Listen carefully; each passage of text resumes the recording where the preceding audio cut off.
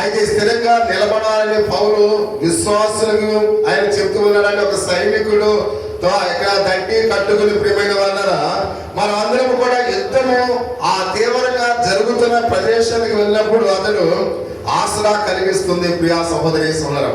అంటే ఆ దట్టి మనకి ఏం చేస్తుందంట, ఆసరా అంటే మనకు రక్షణగా ఉంటుంది.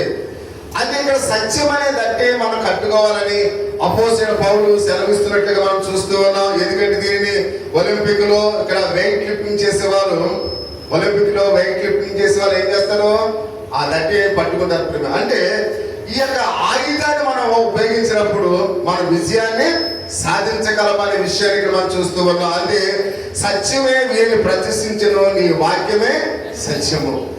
అంటే మనము సాతాన్ని ఎదిరించాలంటే సత్యమనే వాక్యాన్ని మనం గౌరవించాలి, సత్యమనే వాక్యంలో మనము స్థిరముగా ఉండాలి. అంటే అసత్యమైన బాధలు మనల్ని ప్రభావితం చేస్తాయి. అందుకని మనం వినే వాక్యము ఏమై ఉండాలంట, సత్యమైన వాక్యమై ఉండాలి. ఆ సత్యమైన వాక్యము సాతానుని నశింప చేస్తుంది. అంటే మనము యుద్ధానికి వెళ్ళేటప్పుడు సాతాను మీద మన ఆయుధాన్ని, మొదటి ఆయుధం ఏంటి, ఆ సత్యమైన వాక్యాన్ని మనము కలిగి ఉండాలి అని పరిశుద్ధ గ్రంథంలో అయితే మనం చూస్తూ ఉన్నాము. కాబట్టి అందుకనే మనల్ని పరలోకము నుండి ఆ యొక్క త్రోవ పక్కకు నడిపించడానికి సాతాను అనేక విధాలుగా ప్రయత్నించినప్పుడు కూడా సత్యవాక్యాన్ని ఎవరైతే కలిగి ఉంటామో సాతాను యొక్క తంత్రములను మనం ఎదిరించగలం. అందుకనే దేవుడు సాతాన్ని ఎలా ఓడించాడు, వాక్యముతో ఓడించినట్లుగా మనం చూస్తూ ఉన్నాం. అలాగే సత్యమైన వాక్యం కూడా మనం ఎప్పుడు కూడా కలిగి ఉన్నప్పుడు సాతాన్ని మనం ఓడించగలమని మనం చూస్తూ ఉన్నాం. రెండవదిగా నీతి అనే మైమరుపు ధరించకూడదని పౌలు చెప్తూ ఉన్నాడు. ఎలాంటిది ఉండాలంట, నీతి అనే మైమరుపు మనం కలిగి ఉండాలి ప్రియ సహోదరి సహోదరు. అంటే ఇది సాతికి ఇలా కలిగా మైమరుపు ఇక్కడ పైన ఎంత కూడా ఉదాహరణ కూడా ఏం చేస్తుందని కప్పుతుంది. శత్రువు ఒకవేళ మన మీద ఏదైనా బల్లెంతో దాడి చేసినా కానీ మన గుండెలో గుచ్చిపోదు. ఎందుకంటే మనిషి యొక్క అవయవాలు మెయిన్ పార్ట్స్ అని ఎక్కడ ఉంటాయి, ఇక్కడ ఉంటాయి. ఒకవేళ ఇక్కడ ఏదైనా కత్తి ఇక్కడ దిగినా మనకేమవ్వదు, ఈ పేగులను బయటకు వచ్చినా మనం చనిపోం. కానీ ఎక్కడైతే ఇక్కడ దిగిందో ఏమవుతుంది, ఇక్కడ మెయిన్ పార్ట్స్ ఉంటాయి. కాబట్టి కత్తి ఈ ప్రదేశంలో దిగిందంటే మనిషి వెంటనే చనిపోతాడు. అందుకని ఇప్పుడు ఏమన్నాడైనా పై మరుపు ఇక్కడ ధరించుకోండి. ఆ నీతి మీకు ఎప్పుడైతే పై మరుపుగా ఉంటుందో సాతాను మిమ్మల్ని ఏమి కూడా చెయ్యలేదు అని మాట్లాడుతూ ఉన్నాడు. కాబట్టి అందుకనే ప్రియ సహోదరి సోదరులు ప్రతి ఒక్కరూ కూడా మన మైమర్పనగా గుండె, కాబట్టి ఊపిరితిత్తులు, కాలేయము, కడుపు సంరక్షిస్తుందనే విషయానికి మనం గమనించాలి. ఇవన్నీ మెయిన్ పార్ట్స్ ఉంటాయి. కాబట్టి ఇవన్నీ కూడా రక్షింపబడాలి అంటే నీతి అనే పైమరుపును మనము కలిగి ఉండాలి అనే విషయానికి మనం చూస్తూ ఉన్నాం. ఒకవేళ పరలోకం వెళ్ళే సాతానుని ఒప్పింపచేసినప్పుడు కూడా ఏ మాత్రం కూడా సాతాను యొక్క మాటను నువ్వు అంగీకరించకూడదని మనం చూస్తున్నాం. మూడవదిగా యుద్ధ భూమిలో సరైన పాదరక్షలు ధరించుకోవాలి ప్రియమైన వాళ్ళు. యుద్ధానికి వెళ్ళే వాళ్ళు ఏం చేయాలంట, పాదరక్షకులు. చూడండి, పరుగు పందాలు లేకపోతే మన క్రికెట్ ఆడే వాళ్ళ షూ ఎప్పుడైనా చూసారు మీరు? వాళ్ళ షూలకి ఏముంటాయి మాట్లాడండి. క్రికెట్ ఆడేవాళ్ళు కానీ పరుగు పందాలు, ఆ పరుగు పందాలు వెళ్ళేవారు ఆ యొక్క షూకి ఏముంటాయి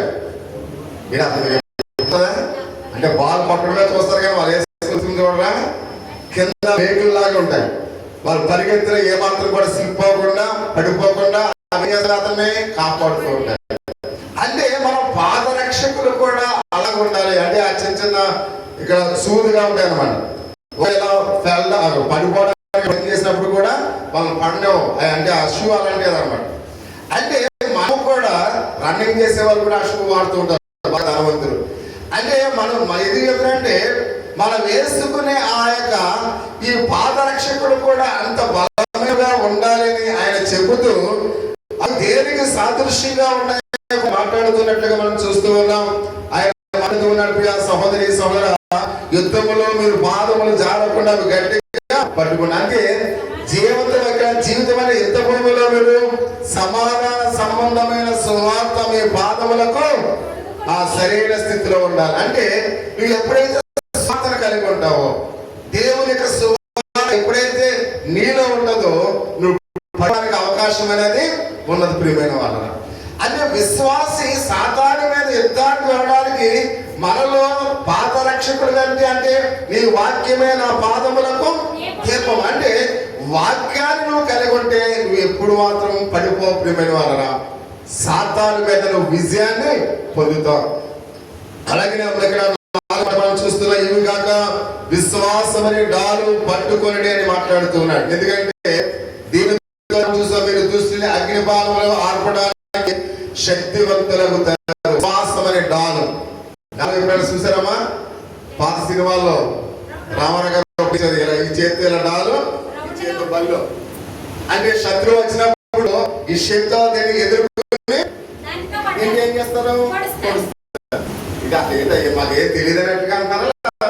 అన్ని తెలిసి పాస్టర్ గారు చెప్తున్నారు మీరు చెప్పాలి. ఎందుకంటే ఈ డాలు బల్లం అంటే శత్రువు నుంచి ఎదుర్కోవడానికి డాలు ఉపయోగిస్తాడు. కాబట్టి ఇదేం చేస్తాడు?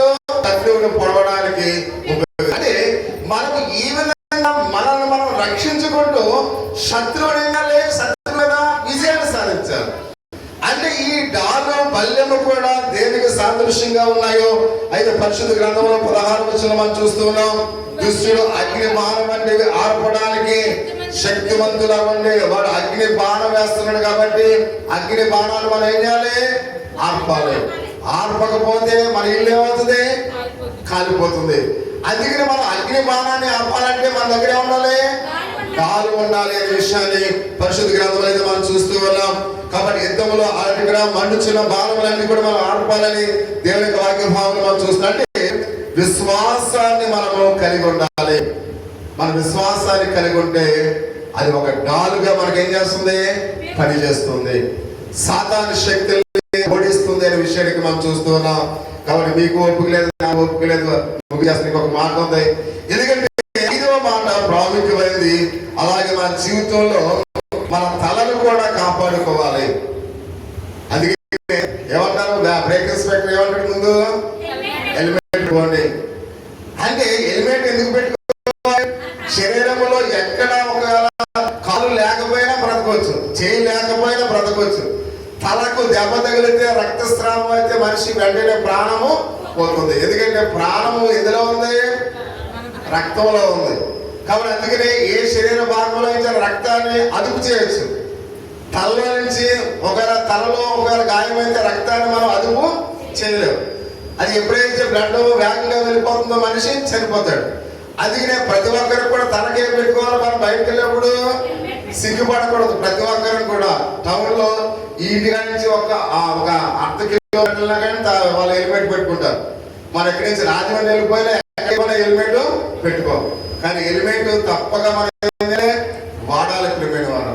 అందుకని ఇక్కడ ఆ హెల్మెట్ మాట్లాడుతున్నాడు, శిరస్థానముగా ధరించుకోండి పౌరులు చెప్తున్నాడు. ఎందుకంటే మీరు రక్షింపబడాలి అంటే జ్ఞాపకం ఉంచుకోండి, విశ్వాస డాలుతో కలిసి ఈ స్థిరస్థానం కూడా చేసి నువ్వు ఎవరివో బిడ్డవో మరి ఎవరివో నువ్వు గుర్తుపెట్టుకోవాలి.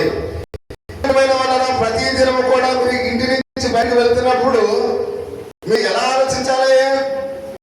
అయిపోయింది చెప్పాలి. ఎలా ఆలోచించాలి? దేవుని యొక్క విశ్వాసనీయండి, నేను దేవుని బిడ్డనై ఉన్నాను అనే గుర్తు నీ మైండ్ లో సెట్ అయి ఉండాలి. నువ్వు త్రావణ